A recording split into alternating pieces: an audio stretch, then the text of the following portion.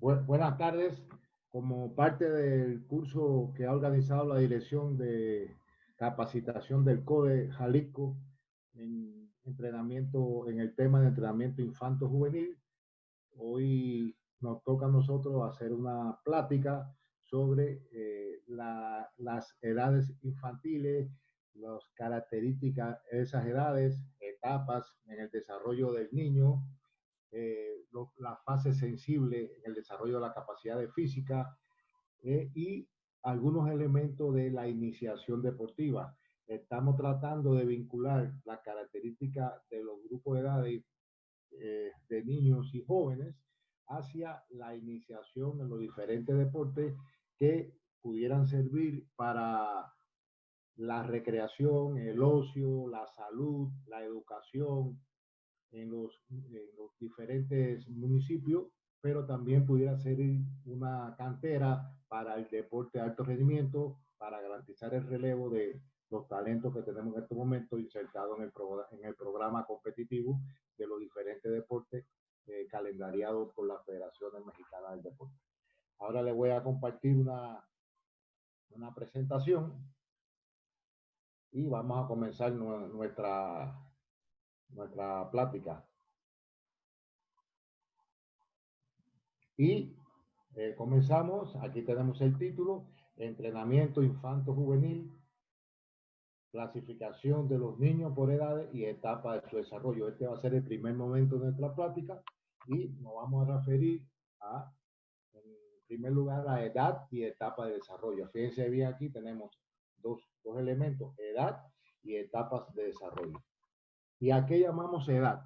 Edad, tenemos aquí dos conceptos de edad. Uno, un vocablo que se deriva del latín aetas y hace mención al tiempo que ha transcurrido desde el nacimiento de un ser vivo hasta el momento en que se encuentra. O también el tiempo que ha durado una cosa desde que empezó a existir. Ahora, edades en el ser humano, en nosotros. Hay tres edades: la edad cronológica, la edad biológica y la edad psicológica. ¿Cuál sería la edad cronológica? El que corresponde al número de años vividos. Es fácil. Estamos en el año 2020. 2020, yo nací en el 1980. 2020 menos 1980, tengo 40 años cumplidos o por cumplir. La biológica, que corresponde al desgaste del cuerpo, el que causa el envejecimiento biológico y todos los cambios físicos asociados a la edad cronológica. O sea, la edad biológica es un derivado de la edad cronológica. A medida que avanzamos en el calendario de vida, se producen cambios en el cuerpo humano que van de mayor, primero van de menor a mayor en el desarrollo del niño y después van de mayor a menor otra vez en el envejecimiento. Prácticamente muchas de las funciones del organismo retornan casi al inicio de la vida. Y la psicológica es la que depende del modo de pensar que tenemos sobre nosotros mismos, el mundo y la forma de relacionarnos con él. Depende de la calidad de vida emocional e intelectual que estemos dispuestos a desarrollar y disfrutar. Aquí vemos que tenemos las tres edades: edad cronológica, edad biológica y edad psicológica. Y tenemos aquí el resumen de estos conceptos. ¿Cuál sería el resumen del concepto de edad cronológica? Es la que tiene según el calendario. De la edad biológica es la que tiene tu cuerpo. Y de la edad psicológica es la que tiene según te sientes. Aquí, aquí vemos las tres edades del cuerpo del ser humano y es muy importante para la parte de la iniciación deportiva, para la parte de la vinculación del niño, el joven con el deporte, la edad cronológica. ¿Por qué? Porque la edad cronológica va a marcar cuando ya se hace efectivo la participación en un deporte, la categoría de edad. Definitivamente nunca se establece en la categoría por edad biológica, se van a establecer por edades cronológicas. Pero la edad biológica es lo que va a determinar cómo el niño responde al estímulo del entrenamiento deportivo, de la educación física, de la enseñanza del deporte y en sí, en general, de la iniciación deportiva.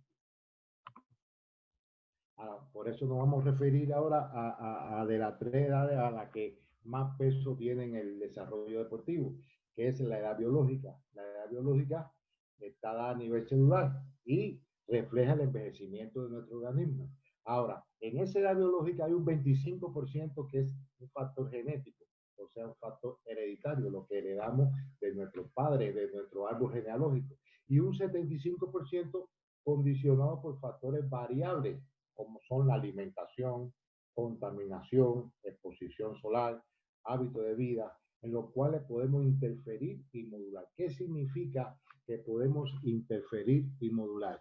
Significa que podemos en un momento determinado cambiar el estatus que tenemos de edad biológica, o sea, prácticamente en los años que biológicamente tenemos, y que podemos estar por arriba de la edad cronológica, o sea, la persona que se dice vulgarmente está envejecido para la edad que tiene, aparenta más años de lo que tiene, o estar por debajo de la edad cronológica, y entonces la gente hace el comentario, esa persona tiene 60 años, pero parece que tiene 50, parece que tiene 45. ¿Pero por qué dicen eso? Por lo que representa, por lo que puede hacer físicamente, lo que puede hacer intelectualmente, cómo responde a una serie de situaciones, por ejemplo, como la que estamos viviendo en estos momentos a nivel mundial de la pandemia del COVID-19.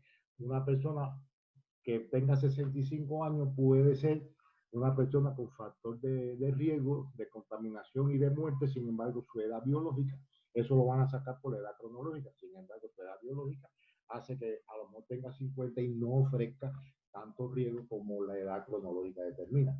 Entonces, ¿qué es lo importante de este momento, de este punto? Saber que la edad biológica es un 25% genética y un 75% de factores tanto externos como internos de la persona, y que puede ser modificada o modulada. Ahora, para determinar la edad biológica es necesario medir 5 indicadores clave: estilo de vida, composición corporal, función metabólica, función cardiovascular y estado de oxidación celular. Internacionalmente, la prueba más confiable para determinar la edad biológica es análisis de los telómeros de las células. Los telómeros son nada más y nada menos que los extremos de los cromosomas. Y en la medida de la proporción de telómeros cortos, es que la persona tiene más edad biológica o menos edad biológica. Y tiene la edad biológica en correspondencia con la cronológica, inferior a la cronológica o superior a la cronológica. Esa es la única prueba en este momento que es confiable para determinar la edad biológica de la persona. Ahora, aquí tenemos las etapas en la vida de la persona. Aquí tenemos la primera columna el hombre, la segunda columna mujer y los años. Aquí tenemos las 5 etapas: niñez, adolescencia, adultos jóvenes, adultos y tercera edad. Igual en la mujer, pero en la mujer el adulto se subdivide en premenopausia y posmenopausia. Entonces, todo el mundo sabe qué es lo que es la menopausia. La menopausia es la pérdida de la posibilidad de la mujer de gestar, o sea, de concebir un hijo. Entonces, trae sus problemas antes de que aparezca y posterior a la aparición del fin de la menstruación. O sea, uno de los factores más que más afecta a la mujer, esto hay que tener en cuenta porque también puede ser que trabajemos en centros en lugares donde acudan a hacer ejercicio personas de adultos y de la tercera edad. Uno de los problemas fundamentales de la mujer cuando entra en la etapa de la posmenopausia, que técnicamente es entre los 50 y los 64 años, es la osteoporosis producto de que pierde calcio. Y hay que tener muy en cuenta este factor. ¿Por qué razón? Porque puede ser susceptible a fracturas, lesiones en los huesos. Entonces aquí tenemos los grupos de edad. De la niñez es pareja para los dos sexos de 5 a 13 años. Aquí fundamentalmente se va a producir, como vamos a ver más adelante, la llamada iniciación deportiva. La adolescencia entre 14 y 17 años es ya una iniciación deportiva tardía, o llamarla de alguna forma. Los adultos jóvenes, ya esta sería la etapa del esplendor deportivo de la persona, cuando estamos vinculando la etapa de la vida de la persona con el deporte. El adulto ya sería un final de carrera deportiva o el deporte para la salud, el deporte para el ocio, el deporte para el entretenimiento, y la tercera edad, donde ya sería el deporte vinculado a qué, a tratar de revertir, como dijimos ahorita, el 75% del 75% que la edad biológica permite ser transmutado. Entonces vamos a ver ahora un elemento muy importante que se valora mucho en los niños y las niñas, que es el crecimiento. El crecimiento está determinado que hay tres tipos de crecimiento: un crecimiento normal, un crecimiento retardado y un crecimiento acelerado. Ahora, ¿qué sería un crecimiento normal, un crecimiento retardado o un crecimiento acelerado? La relación que hay de la estatura, medida de pie no, porque hay estatura sentada y hay diferencia de estatura entre de pie y sentado, que se llama índice colmónico. La diferencia la estatura se hiciera relación con qué, con las tablas que se hacen por los investigadores del desarrollo físico en diferentes lugares. Por ejemplo, aquí en México puede haber una tabla del centro de México que no sería, por un estudio empírico, por llamarle, la misma tabla que, por ejemplo, en el sur. No es lo mismo el crecimiento que pueda tener las personas, los niños y las niñas del centro de México, con lo que puedan tener los yucatecos, los campechanos, los de Quintana Roo, o tampoco con lo que puedan tener los niños y las niñas de Sonora. Entonces, en cada lugar, de dependencia de las características poblacionales, se hacen estudios del crecimiento, o sea, analizando una muestra muy grande de niños y niñas con relación a su edad, con relación a... Y entonces podemos, de ahí es que se deriva los conceptos de crecimiento normal, que sería por la tabla, crecimiento retardado inferior a lo que va marcando la tabla para cada edad, y o etapa del desarrollo, y acelerado cuando es por arriba. Este crecimiento acelerado, ¿para qué es? Nos serviría con relación a la iniciación deportiva, para la posible identificación de talento en deporte que requieren en que la estatura va a ser un factor de rendimiento deportivo. ¿Cuáles serían estos deportes? Fácil de identificar: el baloncesto, el voleibol, el handball, algunos eventos, o sea, en el fútbol, por ejemplo, el portero; en el fútbol, los defensas centrales; en natación, en estos momentos, la media de estatura de los atletas ha sido muy superior a la que fueron en la década del 70, la década del 80. Y entonces, en los deportes que el tamaño, o sea, la estatura de la persona sea un factor determinante de rendimiento, se valora mucho el crecimiento normal, el acelerar retardado, y hacia dónde iría los ojos de los seleccionadores, hacia las personas que presentan el crecimiento acelerado. Entonces, este tres tipos de crecimiento están condicionados también, igual que la edad biológica, por factores como la alimentación, carácter biológico y hereditario, medio ambiente y enfermedades. Aquí hay un gran por ciento, la estatura de los padres es fundamental para predecir la estatura de los hijos. Incluso hay fórmulas donde se predice la estatura que va a tener un niño o una niña en dependencia de la estatura de los padres. Ahora, ya hemos visto qué es lo que es la edad, cuáles son las etapas en la vida de los niños y de las niñas. Hemos visto qué es lo que es el crecimiento. Hemos visto cómo se manifiesta la edad biológica. Hemos visto qué relación tiene la edad biológica en un momento determinado con la edad cronológica. Hemos visto cómo se pudiera modificar los factores negativos que inciden en la edad biológica para transmutar esa edad. Hemos visto cuál es la única prueba o la prueba más confiable para determinar la edad biológica de un ser vivo, que es analizando la proporción de telómeros cortos a nivel celular. Y ya también hemos visto que son los telómeros, que son los extremos de los cromosomas. Ahora vamos a ver un elemento muy importante en el deporte, la vinculación de la etapa de la niñez, de la juventud y en la práctica deportiva, que son las capacidades físicas. Aquí, en este segundo momento de la plática, vamos a ver capacidades físicas, clasificación de las mismas, fase sensible en el desarrollo de la capacidad física, muy importante, y método de entrenamiento de la capacidad física. Los métodos de entrenamiento que vamos a ver es a manera general, no vamos a profundizar, porque eso sería motivo de un segundo curso que organiza el CODE, donde ya partiendo de los conocimientos que se tengan en este primer curso, ya se pueda profundizar más, por ejemplo, en elementos como los métodos de entrenamiento de diferentes capacidades físicas, planificación del entrenamiento, planificación de la clase de entrenamiento, etcétera, etcétera, etcétera. Y vamos a empezar con definir qué es lo que son capacidades físicas. Las capacidades físicas constituyen fundamento para el aprendizaje y perfeccionamiento de las acciones motrices para la vida. Se desarrollan sobre la base de las condiciones morfofuncionales que tiene el organismo.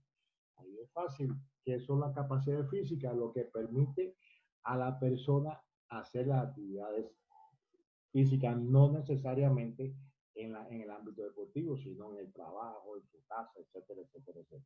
¿Y cómo se clasifican las capacidades físicas? Se clasifican en dos grandes grupos, condicionales y coordinativas. Ahora vamos a ver cuáles son las condicionales y por qué se le llama condicionales, y cuáles son las coordinativas y por qué se le llama coordinativas. Para las capacidades condicionales están relacionadas con qué? Con el metabolismo y el rendimiento de la musculatura voluntaria. ¿Y cuáles son? Aquí tenemos la fuerza, la resistencia, la rapidez, y se le agrega la flexibilidad. La rapidez en mucha bibliografía también se identifica como velocidad, y la flexibilidad en también muchísimas bibliografías se le identifica como movilidad articular. Ahora, existe mucha relación entre las capacidades físicas condicionales y la vamos a ver más adelante. Y las capacidades coordinativas son las que están relacionadas con la capacidad de conducción y control de la regulación del movimiento. Es decir, con los procesos informacionales. ¿Cuáles son los procesos informacionales? Los procesos informacionales son lo que le dan información, y valga la redundancia, a la persona de cómo se encuentra ella internamente y cómo se encuentra ella en su interacción con el medio circundante. Ahora, ¿cuáles son las capacidades condicionales? Ya habíamos visto un adelanto: resistencia, fuerza, rapidez o velocidad, y movilidad articular o flexibilidad. Ahora, ¿cuál es la capacidad más importante? Para muchos estudiosos del entrenamiento deportivo, de la educación física, se plantea que la capacidad condicional más importante es la fuerza, porque sin fuerza no hay velocidad y sin fuerza no hay resistencia. Entonces, ya eso queda también para un debate, porque en otros autores u otros entrenadores, otros especialistas le dan prioridad a la resistencia y hacen la vinculación a los deportes donde la resistencia es una dirección o capacidad determinante del rendimiento. Ahora, para la mayoría de los estudiosos es la fuerza, la capacidad condicional más importante. Ahora, ¿cuáles son las capacidades coordinativas? Que dijimos que dependen de los procesos de regulación nerviosa. ¿Y cuáles son? Capacidad coordinativa general o básica, especiales y complejas. Las complejas salen de la interrelación o la unión entre generales o básicas y especiales. ¿Cuáles son las generales o básicas? Capacidad de regulación y dirección del movimiento, capacidad de adaptación y cambios motrices. ¿Cuáles son las especiales? Orientación, equilibrio, ritmo, acoplamiento, diferenciación, reacción y anticipación. ¿Y cuáles son las complejas? Que surgen de la interacción de estas, el aprendizaje motor, que va a tener muchísima importancia en la enseñanza, en la iniciación deportiva, el aprendizaje de la técnica, pero también el aprendizaje de los reglamentos de las competencias, o sea, lo que también se llama preparación teórica en el entrenamiento deportivo, y de la agilidad, es una capacidad que permite cambiar de una acción a otra sin perder efectividad en el campo. Ahora, nos surge una pregunta, o ha surgido también a través de la evolución del deporte, de la educación física, del entrenamiento deportivo, una pregunta. ¿Las capacidades se pueden desarrollar en cualquier época de la persona, del desarrollo de la persona? ¿Las capacidades tienen que desarrollarse en un momento determinado, en un periodo determinado del desarrollo de la persona?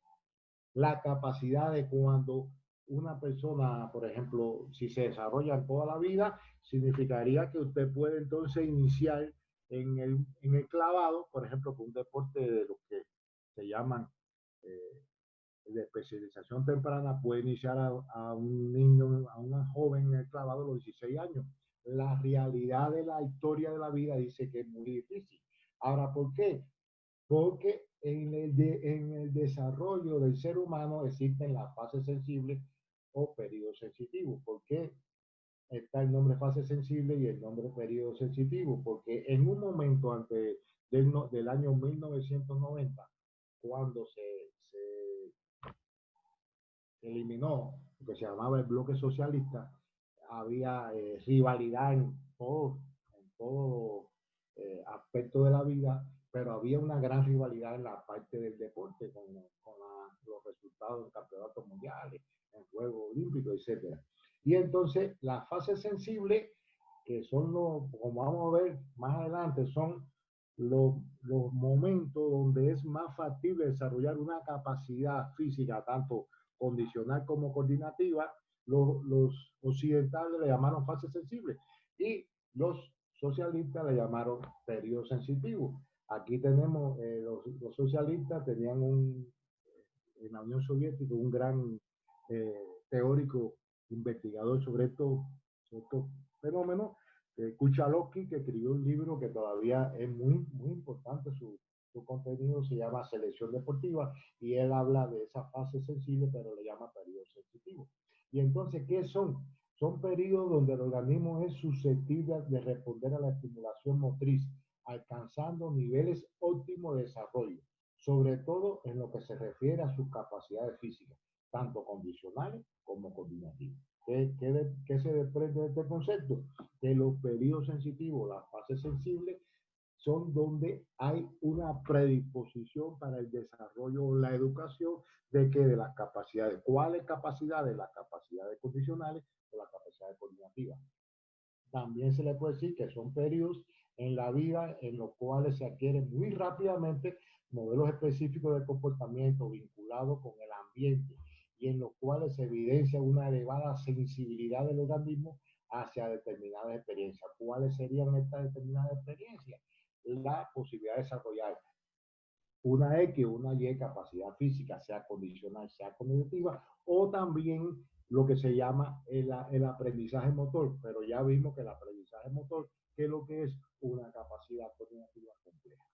Ahora también se puede decir que las fases sensibles o periodos sensitivos son tiempos biológicos del organismo en los que se presentan de forma natural y ordenada los componentes de las capacidades físicas y que deben ser aprovechados para su óptimo desarrollo. ¿Qué nos dice esta última línea? Que si no aprovechamos para las fases sensibles de una capacidad para el desarrollo óptimo de la misma, ya en el resto de la vida de la persona, no, aunque se pueda desarrollar, no se va a desarrollar en la forma que si se hubiera hecho ese paso. Y aquí tenemos una gráfica donde están las 4 capacidades físicas condicionales. Aquí están grupos de edad entre 4 y 19 años. Y aquí están las curvas de los momentos óptimos para desarrollar las mismas. Y aquí vemos, por ejemplo, cuál es. Aquí vemos que la resistencia, hay un primer momento alrededor de entre los 11 y los 12 años, después disminuye un poquito y después empieza a subir a partir de los 16 hasta edades más avanzadas. La resistencia es una capacidad que tiene, es, por llamarle de alguna forma, algo longeva para desarrollarse. Igual que la fuerza comienza aquí, tiene un pico a los entre los 14 y los 15, después baja un poquito y sí incrementa. Ahora, la flexibilidad, que se supone que la mayor flexibilidad de un niño, una niña al nacer, ya empieza a perderse al otro día de nacer. Entonces, si va hacia abajo totalmente. Ya no hay incremento. Entonces, los deportes, refiriendo a la iniciación deportiva, para vincular esto con la iniciación deportiva, que el fin es el curso, el contenido del curso. Si no desarrollamos aquí la flexibilidad, es muy difícil que un niño, una niña, entre en un deporte que requiera un gran desarrollo de la flexibilidad con 17, 18 años, porque siempre va a tener esa limitante y siempre le va a afectar y le va a frenar tu desarrollo deportivo. Y la velocidad, que es una capacidad que según algunos autores es entrenable hasta en un 30%, otro plantea entre el 20 y el 30% del resultado inicial que se tiene. Aquí vemos que tiene un pico a los 11 años, también una disminución, y después un incremento entre a partir de los 15 hasta los 19. Como ven, casi todas las capacidades tienen un primer pico y tienen un descenso. Y ese descenso siempre está prácticamente entre los 15 y los 17 años. ¿A qué se debe eso? Se le achaca ese problema que al crecimiento, a los momentos donde por lo general, salvo excepciones, se crece mucho. Entonces, cuando se crece mucho, se produce descoordinación muscular, se produce por el cambio de la longitud de la palanca, se produce a veces un debilitamiento de los músculos porque crecen y no recuperan su fuerza. Y entonces se considera que todos esos factores influyen en la disminución de la posibilidad de desarrollar que sería la fase sensible de los periodos sensitivos. Ahora vamos, aquí tenemos cuatro aspectos de la fase sensible que son muy importantes. Aquí dice primero, si deseamos tener los mejores beneficios respecto a ciertas capacidades, debemos aplicar los estímulos en los momentos adecuados. ¿Qué significa esto? Que tenemos que aprovechar la fase sensible. La teoría de la fase sensible de los componentes de rendimiento infantil fue propuesta por R. Winter y D. Martin a principios de la década del 80. Estos son exponentes de estas mismas investigaciones en el mundo occidental, o sea, opuesto a lo que eran lo del bloque socialista. Las fases sensibles son las etapas de mayor entrenabilidad, es decir, de mejor adaptación para las capacidades de condición física y coordinación. Weiner, 1988, este es alemán. Se trata de periodos particularmente favorables durante el desarrollo del niño y del adolescente para el refuerzo de los factores determinantes para el rendimiento deportivo. Estas cuatro enunciados no, al final contribuyan a patentizar la importancia de los periodos sensitivos, fases sensibles, en el desarrollo de las capacidades físicas, tanto condicionales como colectivas, partiendo de que hay que aprovecharlo, partiendo de que no se desarrollen en otros periodos, pero en esos periodos sensibles son donde más posibilidades hay de desarrollo, y entonces al no aprovechar los periodos sensibles es posible que no se logre nunca el óptimo del desarrollo de esa capacidad en el individuo. Ahora, ahorita pusimos la gráfica de las capacidades condicionales, ahora vamos a poner la de las capacidades coordinativas, y tenemos aquí, esta está por un puntico, dos punticos y tres punticos. El primer puntico es un inicio del trabajo. El segundo, cuando hay dos punticos, es cuando nos estamos ya iniciando la fase sensible, el periodo sensitivo.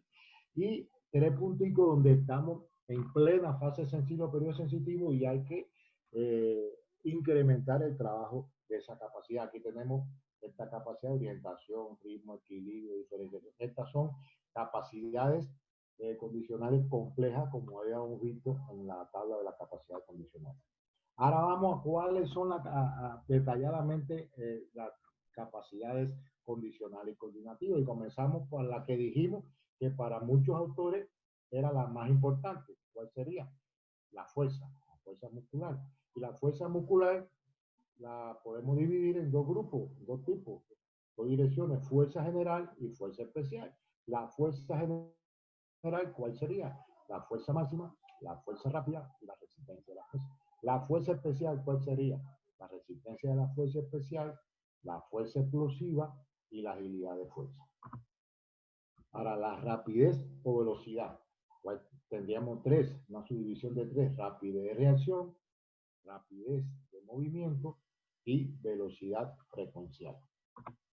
La resistencia aeróbica y resistencia anaeróbica. Esto es fácil. Resistencia aeróbica donde hay presencia de oxígeno. Resistencia anaeróbica donde hay déficit de oxígeno. Este déficit de oxígeno, ¿qué provoca? Que si es en corto tiempo no hay ácido láctico, se le llama alactasia. Y si se prolonga el tiempo, aparece el ácido láctico y se domina resistencia anaeróbica lactasia. Ahora, ¿qué es el ácido láctico? El ácido láctico es un subproducto del metabolismo en déficit de oxígeno. Cuando hay presencia de oxígeno, es CO2 más agua. Y cuando hay déficit de oxígeno, aparece el ácido láctico. Y el ácido láctico es el primer momento de la fatiga. Que la gente que ha practicado ejercicio, cuando llega al extremo, sienten agujetas, sienten calambres, sienten tirones. Eso no es más que el resultado del acúmulo de ácido láctico. Entonces, la resistencia anaeróbica, que volvemos a repetir, es en déficit de oxígeno, se subdivide en alactasia cuando no aparece el ácido láctico. ¿Por qué no aparece? ¿Por qué? Porque es en corto tiempo. Y cuando se prolonga el tiempo, aparece el ácido láctico y entonces se llama resistencia anaeróbica lactasia. La movilidad articular o flexibilidad es general y especial. General, activa y pasiva, y especial, activa. La general, activa. ¿Qué es lo que es la flexibilidad activa? Cuando la persona la puede hacer por ella misma, o sea, con su componente metabólico, o sea, su fuerza, su amplitud de movimiento.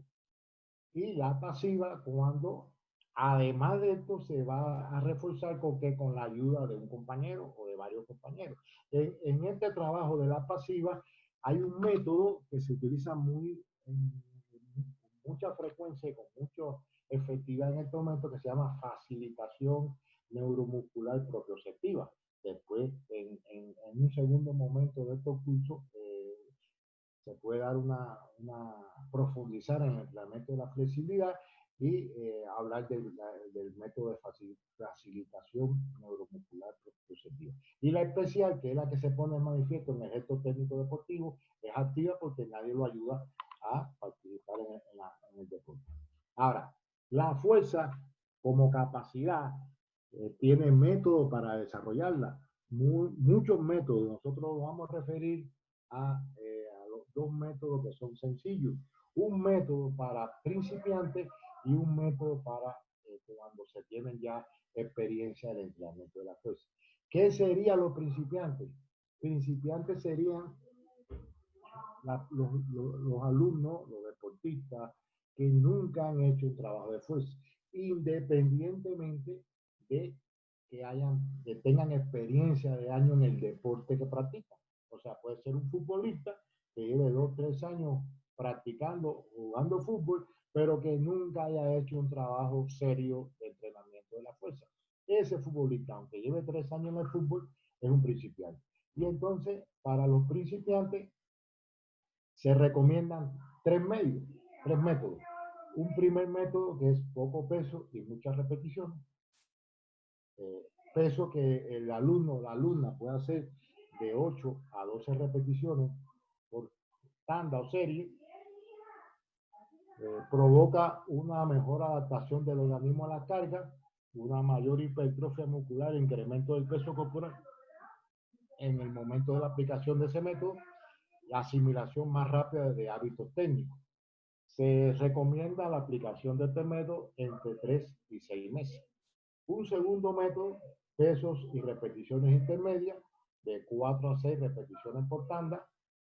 La ventaja de este método: mayor incremento de la fuerza con menor hipertrofia e incremento del peso corporal que el primer método, y se recomienda utilizarlo entre 2 y 3 meses de entrenamiento. Y el último método, este es progresivo, se va de este a este: mucho peso y pocas repeticiones, de 1 a 3 repeticiones por tanda, máximo incremento de la fuerza con menor hipertrofia muscular e incremento del peso corporal de 1 a 2 meses. Como vemos aquí, la aplicación de estos 3 métodos que se recomienda para qué, para los principiantes, y que ya vimos que son los principiantes. Los principiantes son personas que no tienen ninguna experiencia en el entrenamiento de la fuerza, aunque tengan experiencia en el entrenamiento del deporte en sí, en el específico. Vemos que el rango de tiempo que sería, si sumamos aquí 6 meses, si sumamos aquí 11 meses, entre 6 y 11 meses vamos a trabajar con estos métodos. Estos métodos no se habla de por ciento, que a lo mejor muchos han visto por ahí. ¿Por qué? Porque no se hace prueba. No se hace prueba, sino se trabaja con peso que el entrenador o el profesor va determinando en dependencia del día a día con los alumnos. Ya una vez que en dependencia del nivel de desarrollo en ese entrenamiento que tenga el alumno o la alumna, se hace una prueba o se hace la prueba en los ejercicios que entrenamos, los ejercicios que diariamente se ponen en el entrenamiento. ¿Para qué? Para la preparación o educación de la fuerza. Y entonces ya se tiene que el resultado máximo eh, de kilogramos en un ejercicio determinado. Por ejemplo, sentadilla. Hacemos una prueba de sentadilla y se tiene el resultado máximo de kilogramos de sentadilla. Y entonces ya, como esa persona ya tiene entre 6 y 11 meses de trabajo, ya no es principiante, entonces, ¿qué vamos a buscar? En la dirección de fuerza que le sea necesario a ese deporte o a ese atleta en sí. Y hay 3 direcciones fundamentales: fuerza máxima, fuerza rápida y resistencia de la fuerza. Ahora, ¿cómo vamos a desarrollar la fuerza máxima? Trabajando entre un 85 y un 100% del RM, o sea, de lo que la persona hizo en la sentadilla. Por ejemplo, si tiene un resultado máximo en sentadilla de 100 kilos, ¿cómo trabajaría la fuerza máxima? Entre 85 y 100 kilogramos. ¿Cuántas repeticiones se recomienda planificar o realizar por serie o por tanda? De 1 a 4. ¿Y cuántas tandas por ejercicio? De 3 a 10. O sea, un entrenamiento de sentadilla para un atleta que tenga 100 kilogramos pudiera ser 90 kilos, 5 series o tanda de 2 repeticiones. 90 kilos es el 90%, está entre 85 y 100. 5 series o tanda está entre 3 y 10.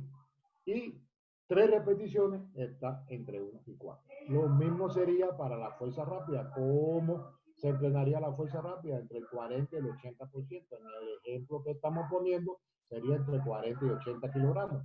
Ahora, ¿cuántas repeticiones? De 1 a 10. ¿Y cuántas series o tanda? De 4 a 8. Fíjense que las tandas van disminuyendo. ¿Por qué? Porque va incrementando la cantidad de repeticiones por tanda. Y para la resistencia de la fuerza, entre un 30 y un 80%. En el caso del mismo ejemplo de 100 kilogramos de sentadilla, sería entre 30 y 80 kilos. ¿Cuántas repeticiones? 10 a 60. ¿Y cuántas tandas o series por ejercicio? De 2 a 6. Ahora, la fuerza máxima, de la fuerza máxima, de la fuerza rápida y de la resistencia de la fuerza, la mayoría de los deportes que utilizarían fundamentalmente el desarrollo de la fuerza rápida y el desarrollo de la resistencia de la fuerza. La fuerza máxima, prácticamente los expertos, los estudiosos, dicen que casi es propia solamente de los levantadores de pesas y de los lanzadores de atletismo. Y otros dicen que prácticamente de los levantadores de pesas. Ahora, ¿cómo determinamos el RM? En el levantador de pesas es fácil, es fácil. Se va incrementando el peso. En la misma, vamos a poner la misma prueba de sentadilla para un levantador de pesas. Vamos incrementando el peso. Por ejemplo, él tenía 120 kilogramos en la prueba anterior. Se le pone 115, le da. Se le pone 120, le da. Ya hizo su 100%, su RM anterior. Pero como es prueba, bueno, ¿cuánto puede hacer? 125, se le pone 125. lo realizó, ya mejoró 5 kilogramos su RM, pero ya ha hecho 3 pruebas prácticamente porque 115, que fue como el 95%, es una prueba. 120, que era el 100% anterior, es otra prueba. Y ya 125, que es el nuevo RM, es una tercera prueba, pero en la forma que le da por la velocidad de ejecución y por la facilidad que le dio el entrenador y el mismo atleta, considera que puede hacer 130. Se le ponen 130 y hace 130. ¿Cuántas pruebas lleva ya? 4, 115, 120, 125 y 130. Pero todavía puede hacer más, 3 kilos más, 133 kilos. Le dio el 115, 120, 125, 130 y 133. Ya va por 5 pruebas. Hay un efecto acumulado del cansancio. O sea, ya ese 133, se le puso 135 y no pudo. Ahí se anota nuevo RM 133. El anterior RM, ¿cuánto era? 120. Mejoró en un periodo entre la prueba actual y la anterior 13 kilogramos. Muy bien.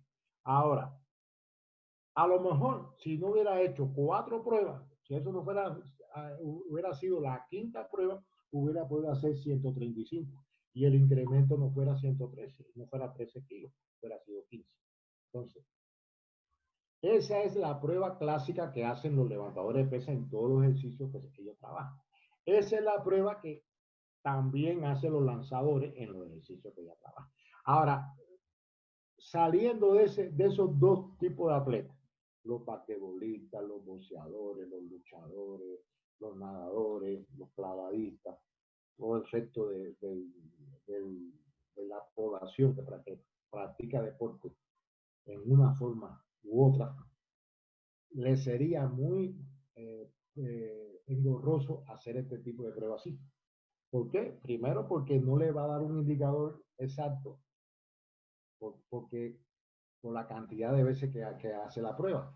Y segundo, porque como no hacen ese ejercicio todos los días, como lo hace un levantador de pesas, como hacen los lanzadores, prácticamente no tiene el dominio técnico al 100% y corre el riesgo de una lesión. Entonces, ¿qué se hace en estos casos? Se recomienda hacer un calentamiento, se pone un peso en el ejercicio, seguimos por ejemplo con el ejercicio de sentadilla, se pone un peso que el entrenador sepa y el atleta que es un peso que no tiene ningún problema.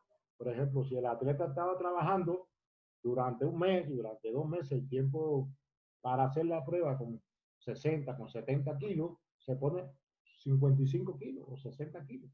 Se le pone 60 kilos y hace un calentamiento con menos peso, con 40, con 45, una serie o dos de calentamiento, se le pone los 55 kilos, hace la mayor cantidad de repeticiones posible y se anota peso y cantidad de repeticiones posibles. Así se hace la prueba a todos los atletas, posiblemente en dependencia de su fuerza, lo que cambie es el peso, pero la metodología va a ser la misma. Y entonces, por el hecho de que haya hecho 10, 9 o menos, se utiliza esta fórmula. Y si hace 10 o más, se utiliza esta fórmula. ¿Para qué se utilizan esta fórmula? Para calcular que el RM, el resultado más, sin llegar a ese peso, o sea, evitando una posible lesión y evitando también un resultado que no sea el correcto por el acúmulo de intensidad de carga por la cantidad de pruebas que hay. Y entonces, por ejemplo, vamos a seguir en el ejemplo de la sentadilla. Él hizo con 55 kilos, hizo 8 repeticiones, hizo menos de 10, que vamos a utilizar esta fórmula de Britsky, un polaco. Y entonces, ¿cómo se hace la fórmula? El peso levantado, ¿cuánto fue? 55 kilogramos. ¿Entre qué? Entre 1.0278 menos 0.0278 por cuánto? Por repeticiones. ¿Cuántas hizo? 8 repeticiones. Aquí sería 8, aquí sería 55 y aquí hacemos la operación. ¿Cuál sería la primera operación? 0.0278 por 8. Después la recta 1.0278 menos la multiplicación de 0.0278 por 8 y al final los 55 kilos lo dividimos entre este resultado y nos da el resultado máximo en kilogramos o en libras, en caso de que haya sido por libra. Ahora hizo, en vez de 8 con los 55 kilos, hizo ¿cuánto? 11. Y entonces, ¿qué vamos?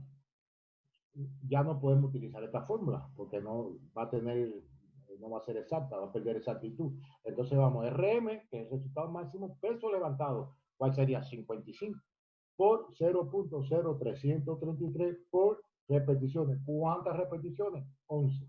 Se cierra el paréntesis, esta operación se hace primero y después se le suma al peso levantado otra vez. ¿Cuál es el peso levantado? 55.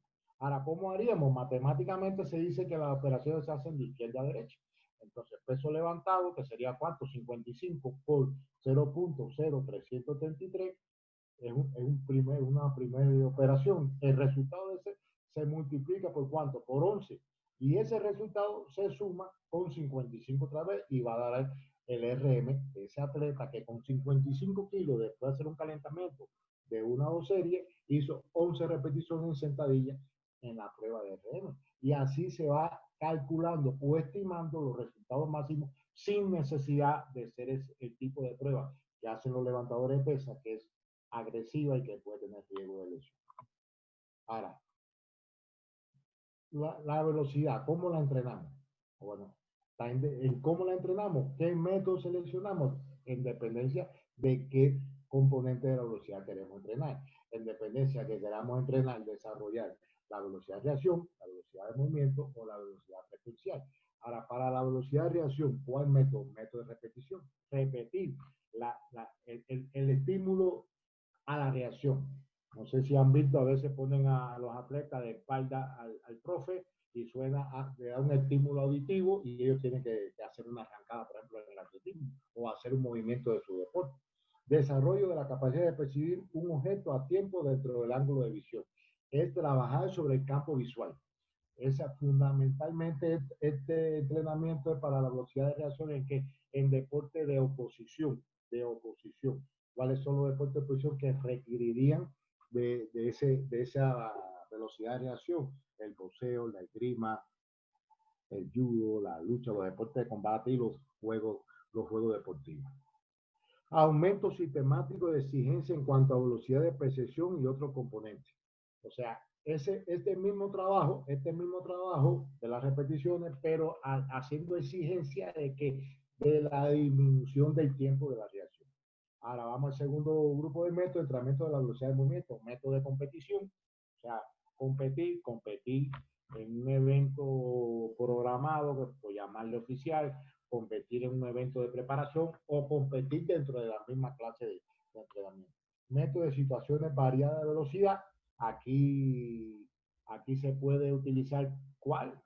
Una cosa que se llama handicap, o sea, yo quiero desarrollarle al niño A la velocidad en 30 metros y pongo 10 metros detrás para correr 30 metros a un niño que es más rápido. Entonces la motivación para que no lo alcance es una situación variada de velocidad. Y los métodos de contraste, ¿cuáles son los métodos de contraste? Donde se hace un trabajo, por ejemplo, de fuerza y después hacemos un trabajo de velocidad, un trabajo de saltabilidad y después hacemos un trabajo de velocidad. Y entrenamiento de la velocidad frecuencial, el método de repeticiones. Aquí, en esta velocidad frecuencial, que es la frecuencia de movimiento, fundamentalmente en deportes cíclicos, como las carreras, que se utiliza mucho, los trabajos en pendiente, en este caso los trabajos en pendiente descendiente, ¿para qué? Para incrementar la frecuencia del movimiento.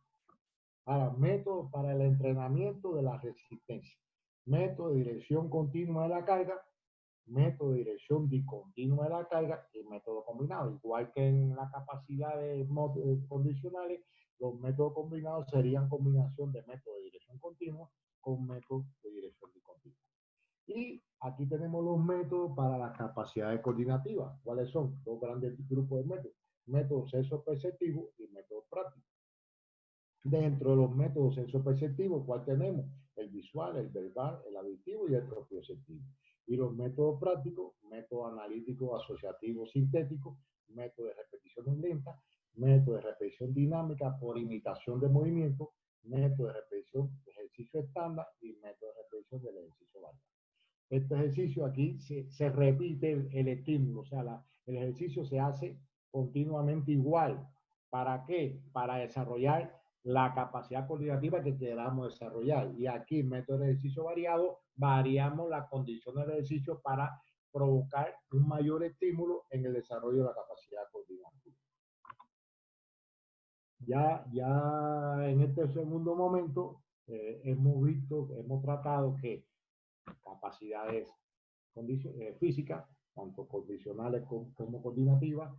Hemos visto por qué son condicionales, que responden a aspectos metabólicos, coordinativas, que responden a componentes nerviosos.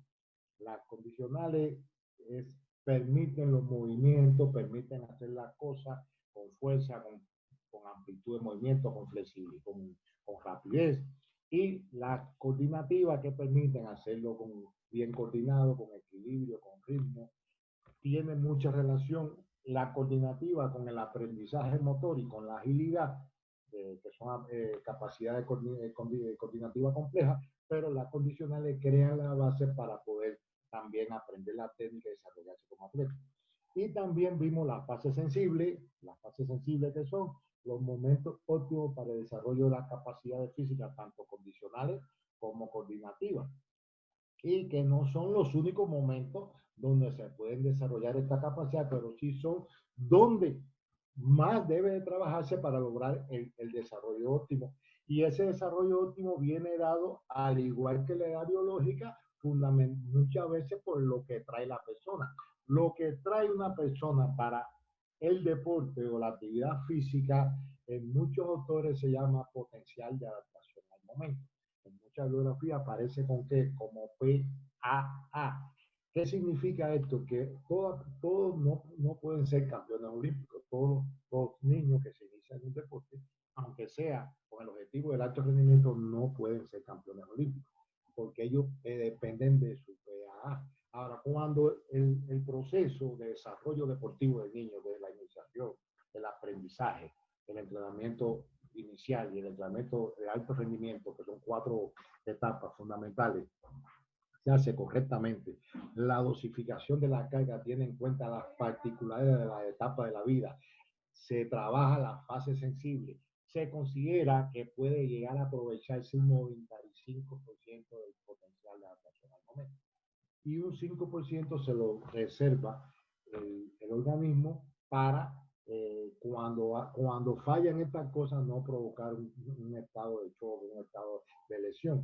Ahora, cuando el atleta se ha tratado, como vamos a ver más adelante, dentro del proceso de iniciación y aprendizaje, que sea un campeón olímpico en esa etapa de su vida, o sea, en edades muy tempranas, por lo general no llega a aprovechar mucho del PA.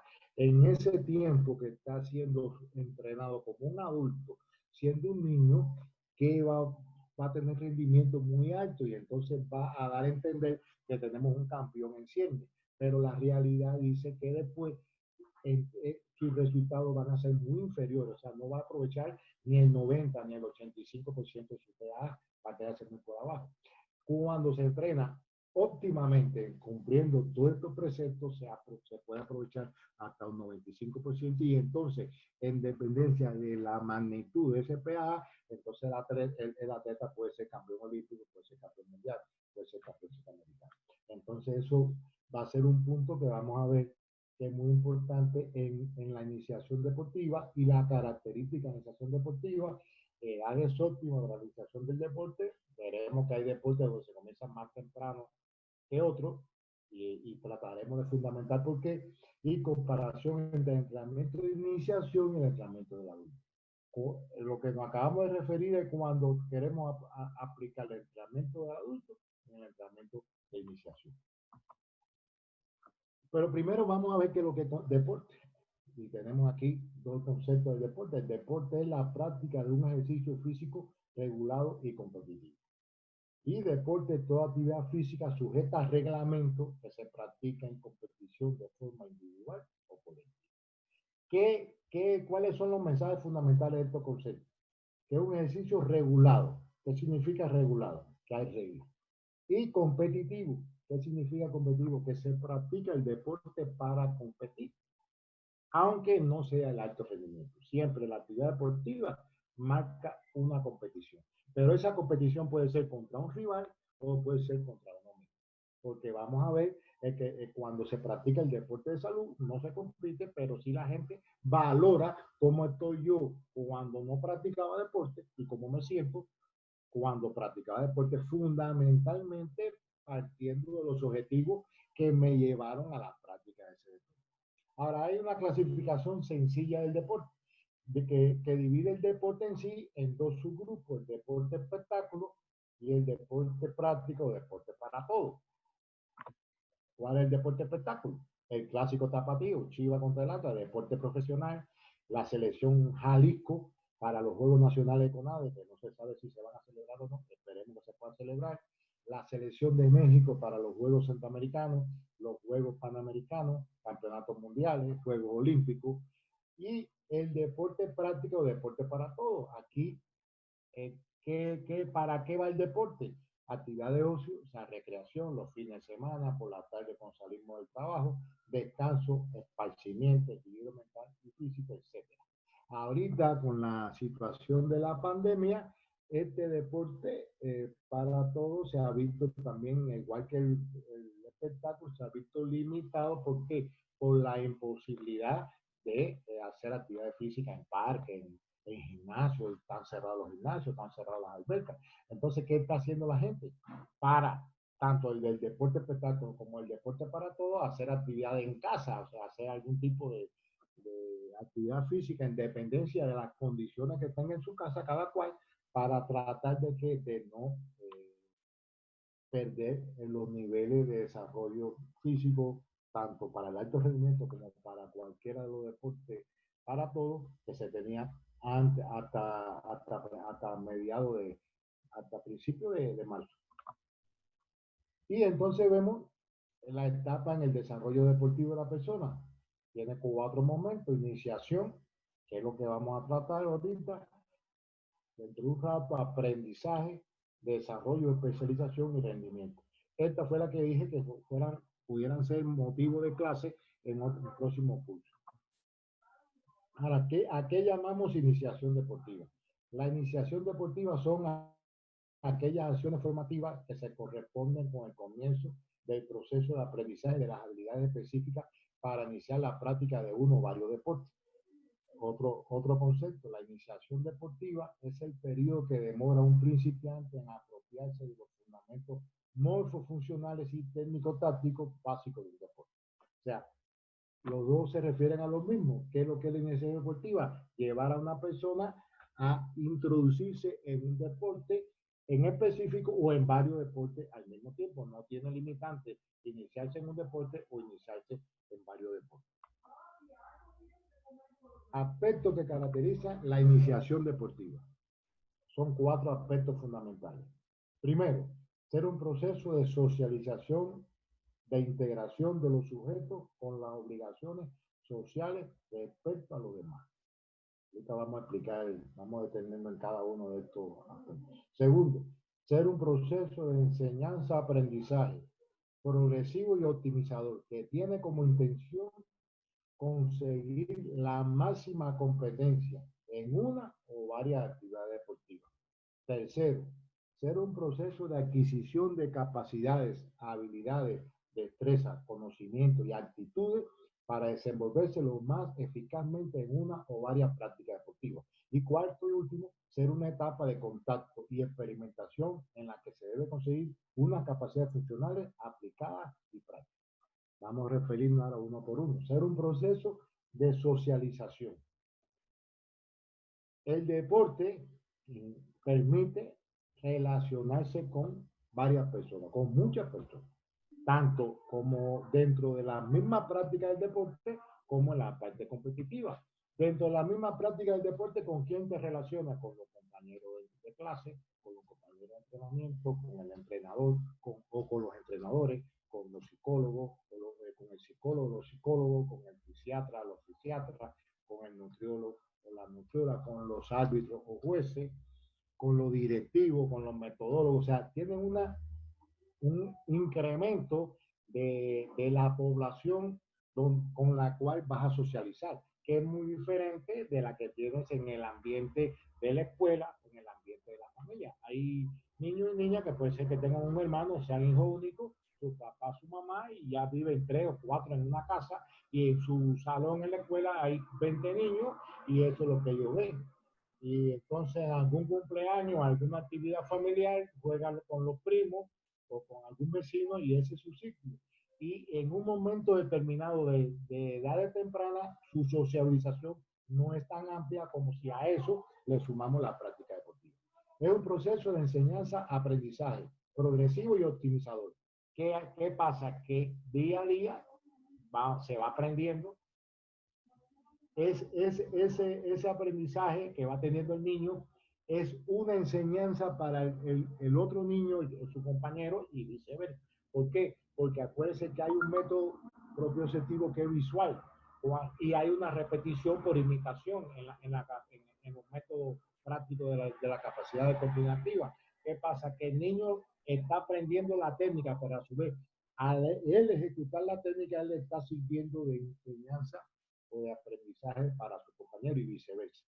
Ser un proceso de adquisición de capacidad, de habilidad, de destreza, o sea, se hacen más fuertes, se hacen más rápido, incrementan la flexibilidad, incrementan la resistencia, mejoran el aprendizaje motor. Muchos casos mejoran el aprendizaje también en la escuela. Y ser una etapa de contacto y experimentación en la que se debe conseguir una capacidad funcional aplicada y práctica. ¿Qué significa esto?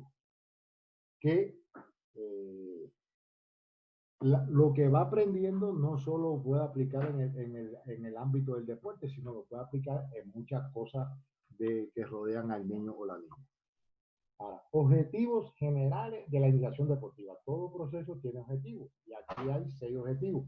Mejorar la salud de los alumnos, aprendizaje de los contenidos técnicos, tácticos, básicos, acorde con la edad en deportes individual y colectivo, enseñar las reglas básicas del deporte, mejorar la socialización, volvemos con la socialización y el trabajo en equipo, fomentar en el alumno hábitos y valores educativos que contribuyen a su formación integral y lograr hábitos de la práctica deportiva.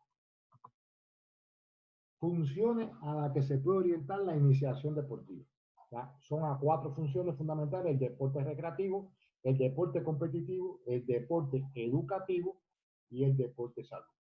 El deporte recreativo es pasar el tiempo libre que el niño, como complemento de su actividad en la escuela, sus actividades normales de la casa, quizá vaya a alguna actividad cultural, complemente como parte de su recreación sana y practique un deporte. El deporte competitivo, el que aspira con las mismas condiciones a ser un atleta de alto rendimiento. El deporte educativo es el que va en la función que hace el deporte desde el punto de vista educativo en la formación del niño.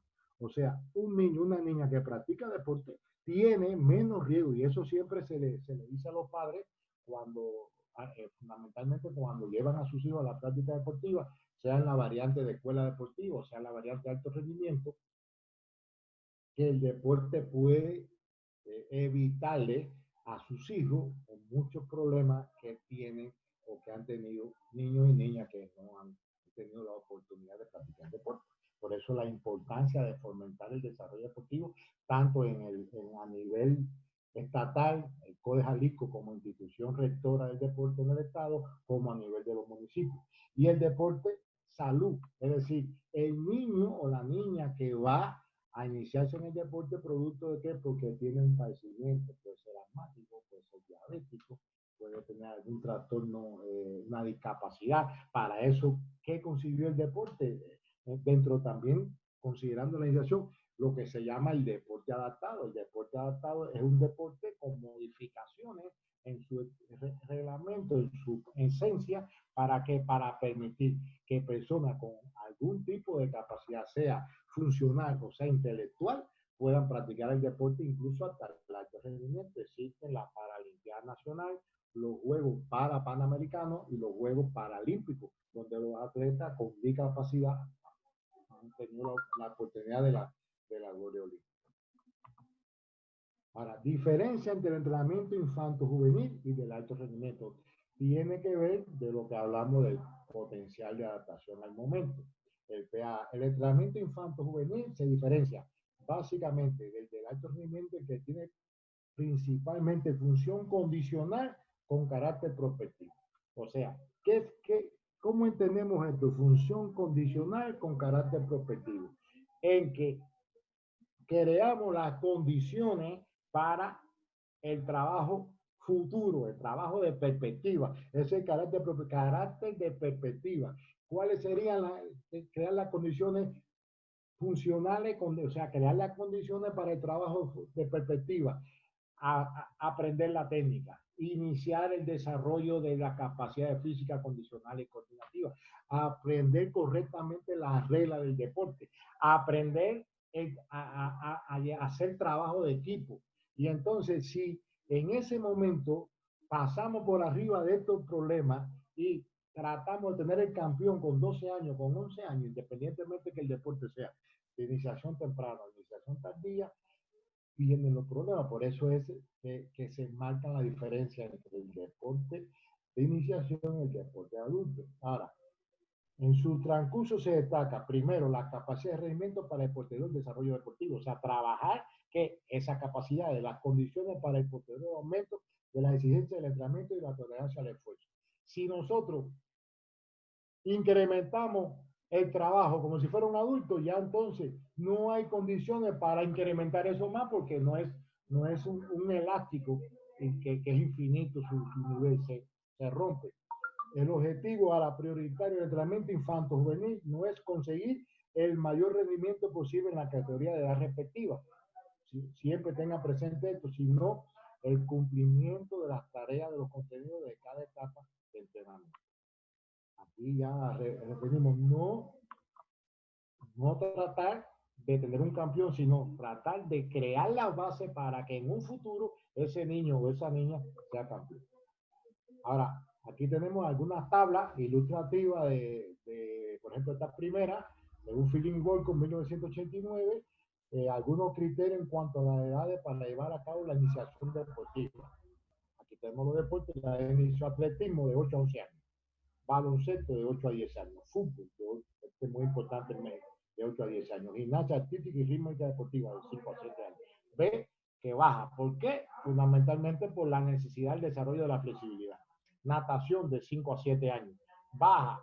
¿Por qué? Porque en la medida que el niño o la niña camina permanece más tiempo en posición vertical, más le dificulta el trabajo en la posición horizontal que el que se hace en la natación. Halterofilia y levantamiento de pesa de 13 a 15 años. ¿Por qué? Por lo que vimos en el pico el primer pico de la fuerza en la fase sensible del desarrollo de la fuerza.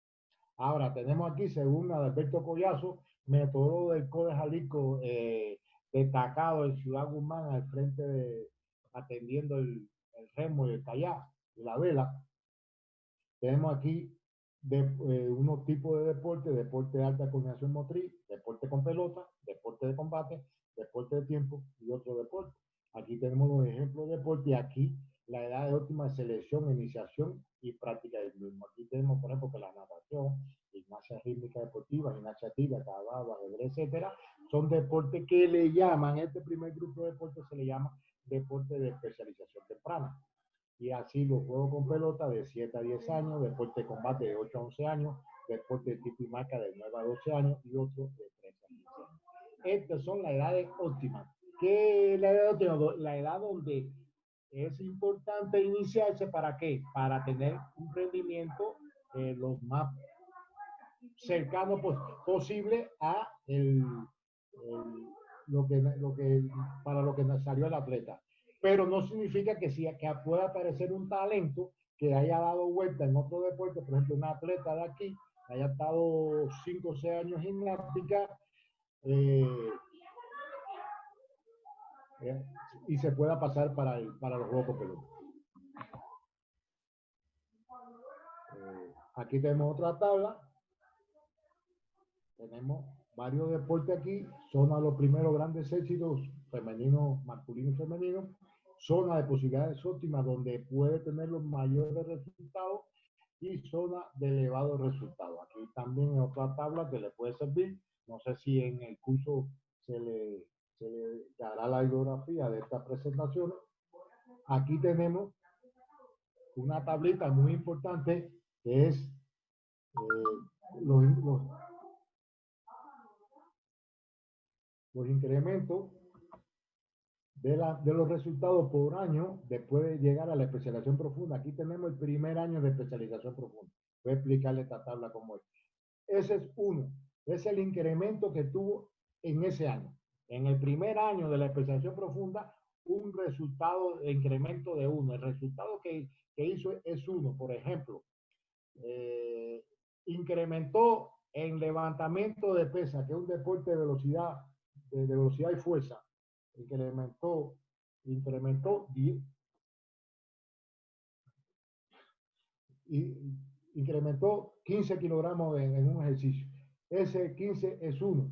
En el segundo año se propone un incremento entre 0,7 y 0,9 de ese incremento y así sucesivamente. Aquí tenemos la clasificación de los deportes en dependencia de estas direcciones de velocidad y fuerza y de potencia máxima.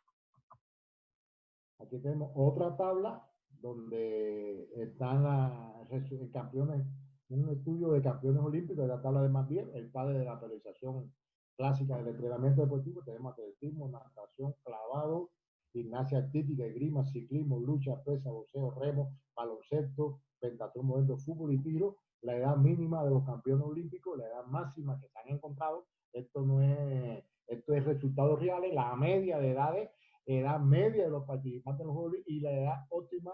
Esta es la columna más importante donde pueden tener un resultado. Ahora vamos a pasar ¿a qué? A enseñanza deportiva. Enseñanza deportiva es un proceso educativo del desarrollo de las habilidades motrices básicas y deportivas. Principio de la enseñanza deportiva. ¿Cuáles serían? Principio sensoperceptual, principio de accesibilidad, principio de la sistematización y principio de la conciencia y la actividad. ¿Y cuáles son los métodos de la enseñanza deportiva? Métodos sensoperceptuales y métodos verbales. ¿Cuáles son los métodos sensoperceptuales? Visuales directos, visuales indirectos, auditivos y propioceptivos. ¿Cuáles son los métodos verbales? Explicación, descripción, diálogo, debate y pregunta y respuesta. Ahora, métodos prácticos para el aprendizaje global o del todo, fraccionado de la parte, estándar o variable. Y para el perfeccionamiento, variable combinado, juego y competencia. Vamos a hacer aquí paréntesis.